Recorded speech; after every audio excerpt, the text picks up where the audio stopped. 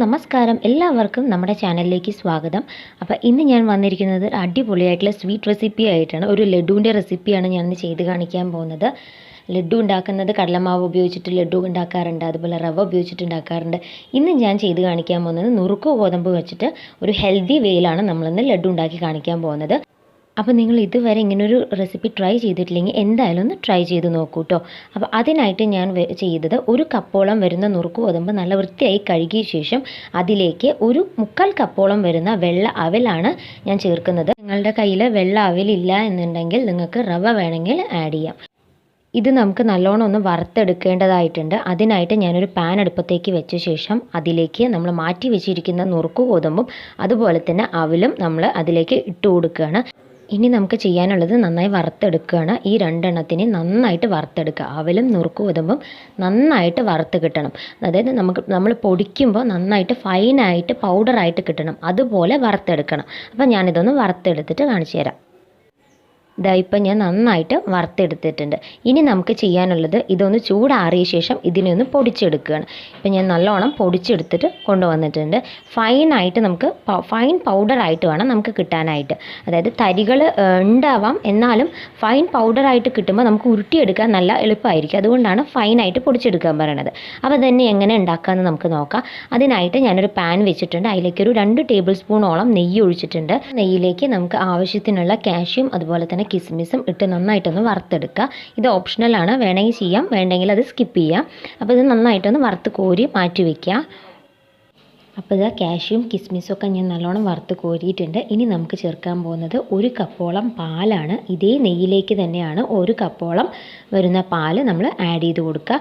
ഈ 1 കപ്പോളം നുറുക്ക് ഗോതമ്പിന് 1 കപ്പ് പാല് എന്ന അളവിലാണ് ഞാൻ എടുത്തിരിക്കുന്നത്. അപ്പോൾ 1:1 എന്നുള്ള റേഷ്യോയിൽ തന്നെ എടുക്കാൻ ശ്രമിക്കുക.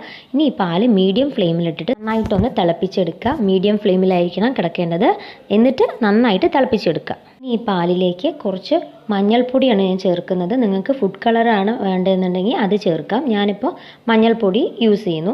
അതിന് ശേഷം നമ്മൾ നന്നായിട്ട് തിളപ്പിച്ചെടുക്കുകയാണ് വേണ്ടത്. നന്നായിട്ടൊന്ന് ഇളക്കി മിക്സ് ചെയ്ത ശേഷം നന്നായിട്ടൊന്ന് ചൂടാക്കിയെടുക്കുക.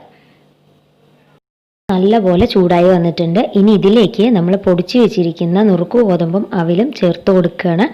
കുറച്ചായിട്ട് ചേർത്ത് കൊടുക്കുക. അതിന് ശേഷം നന്നായിട്ട് മിക്സ് ചെയ്തെടുക്കുക.